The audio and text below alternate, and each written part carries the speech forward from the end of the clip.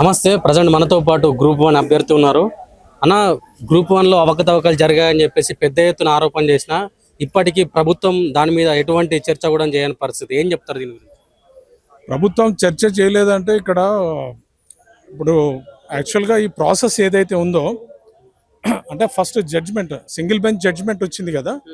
Single bench judgement ఏం చెప్పింది అంటే 2 సొల్యూషన్స్ ఇచ్చింది అన్నట్టు. Either you go for reevaluation or remains conduct చేయమని. అయితే టీజీపీఎస్సీ రూల్స్ ఆఫ్ ప్రొసీజర్లో ఏంటి ఫస్ట్ ఆప్షన్ పాసిబుల్ కాదన్నట్టు. రీఎవాల్యుయేషన్ అనేది పాసిబుల్ లేదు, ఎందుకంటే టీజీపీఎస్సీ రూల్స్ ఆఫ్ ప్రొసీజర్లోనే మెన్షన్ చేసింది.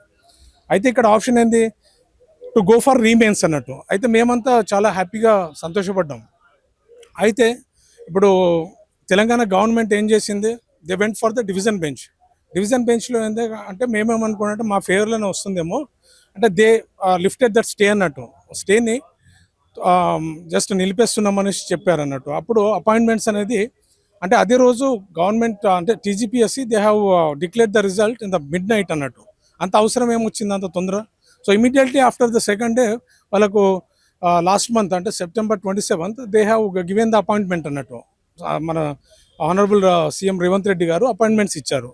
అంటే ఇక్కడ కోర్టులో కేసు ఇంకా కొనసాగుతుంది. అది we didn't get the final judgement.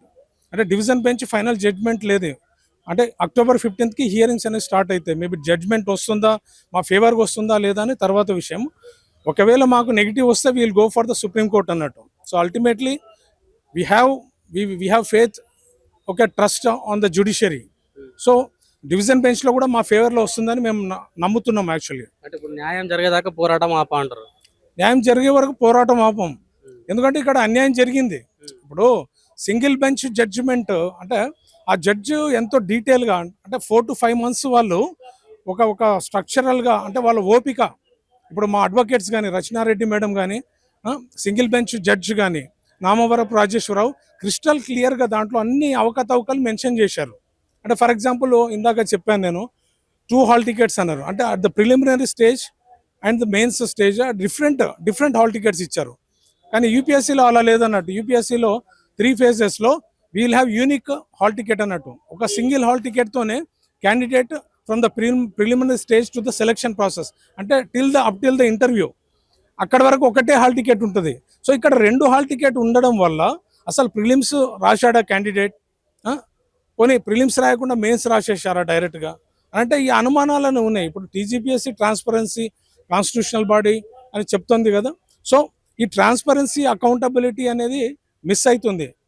ఇంకో అవకతవకలు ఏంటంటే ఇప్పుడు హాల్ టికెట్ చెప్పాను కదా, అలాగే ఇప్పుడు 21,075 మంది ఫస్ట్ ప్రిలిమ్స్కి క్వాలిఫై అయ్యారు.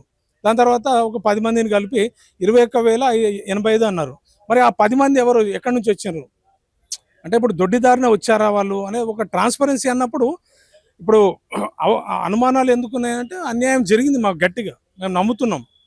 అలాగే ఇప్పుడు ఒక విమెన్ సెంటర్స్ కొంత అలొకేట్ చేశారు. ఫర్ ఎగ్జాంపుల్ సెంటర్స్ 18-19 కోటి ఉమెన్స్ కాలేజ్లో అలొకేట్ చేశారు. అక్కడ కేవలం అంటే 71 members ఫీమేల్ క్యాండిడేట్స్ అయ్యారు. అంటే అదర్ సెంటర్స్ ఉన్నాయి. ఇప్పుడు 26 సెంటర్స్లో ఓన్లీ 139 members అమంగ్ 26 అయినారు. 139 ఎక్కడ పోయింది, ఇక్కడ 71 ఎక్కడ పోయింది ఈ 2 సెంటర్స్లోనే. అంటే ఇక్కడ టీజీపీఎస్సీ ఏమని ఎక్స్ప్లెనేషన్ ఇచ్చిందంటే కోర్టుకి వాళ్ళు ఏం చెప్పారనంటే మాకు అడ్మినిస్ట్రేషన్ కన్వీనియన్స్ కోసం అని అంటే అక్కడ కోటి ఉమెన్స్ కాలేజ్లో మేల్ మెంబర్స్ కంటే టాయిలెట్స్ లేవని అన్నారు. ఇంకా మేల్ మెంబర్స్ కూడా కెమెరాస్ పెడతారనేసి ఒక వివాదం అన్నట్టు. సో ఇక్కడ నేను అనేది ఏంటంటే ఎప్పుడైతే ట్రాన్స్పరెన్సీ ఉందో అందరికీ ఇప్పుడు కొన్ని సెంటర్లలో మేలు ఫీమేల్ ఉన్నారు, కొన్ని ప్రత్యేక సెంటర్లో ఇప్పుడు 18-19 అక్కడ 71 సెలెక్షన్స్ రావడం వల్ల మాకు ఈ డౌట్ అనేది సందేహాలు ఉన్నాయి బాగా. నాకే కాదు అందరు ఆస్పిరెంట్స్కి ఈ ట్రాన్స్పరెన్సీ అనేది మిస్ అయింది అనేది గట్టిగా నమ్ముతున్నాం. ఇంకా చెప్పాలంటే ఇంకా కొన్ని పాయింట్స్ ఇప్పుడు డిస్క్రిపెన్సీస్ చాలా ఉన్నాయి. Multiple evaluations of answer scripts అన్నట్టు. ఇక్కడ యాక్చువల్గా ఆన్సర్ స్క్రిప్ట్లో ఎక్కడైతే మార్క్స్ చేస్తారో మాకు ఫస్ట్ ఎవాల్యుయేషన్, సెకండ్ ఎవాల్యుయేషన్ ఉంది, థర్డ్ ఎవాల్యుయేషన్కి స్పేసే లేదు. కానీ వీళ్ళు దాదాపు కొంతమందికి అంటే అప్రాక్సిమేట్లీ ఆ నంబర్స్ తెలియదు నాకు. సో వాళ్ళందరికీ థర్డ్ ఎవాల్యుయేషన్కి వెళ్ళారని చెప్పింది. అక్కడ మార్క్స్ వేయడానికి చోటు లేదు. సో అదొక గ్రీవెన్స్. ఇంకోటి ఏంటంటే non publication of PML, provisional mark list, ఇంకా టోటల్ మార్క్స్ అనేది. అంటే ఇండివిజువల్ లాగిన్, అంటే ప్రతి ఒక్క క్యాండిడేట్ ఎవరైతే మెయిన్స్ రాశారో వాళ్ళకు ఇండివిజువల్ లాగిన్స్ ఇచ్చింది అన్నట్టు. ఆ లాగిన్స్లో ఏంటి, నేను ఓన్లీ నా మార్క్సే చూసుకోగలుగుతాను. టోటల్ మార్క్స్ కూడా ఇవ్వలేదు అక్కడ.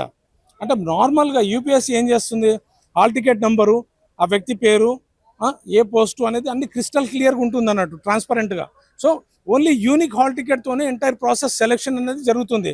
కానీ ఇక్కడ టీజీపీఎస్సీలో ప్రిలిమినరీకి ఒక హాల్ టికెట్ ఇవ్వడము, మెయిన్స్కి ఇంకొక హాల్ టికెట్ ఇవ్వడం వల్ల మాకు ఈ ట్రాన్స్పరెన్సీ అనేది మిస్ అయింది.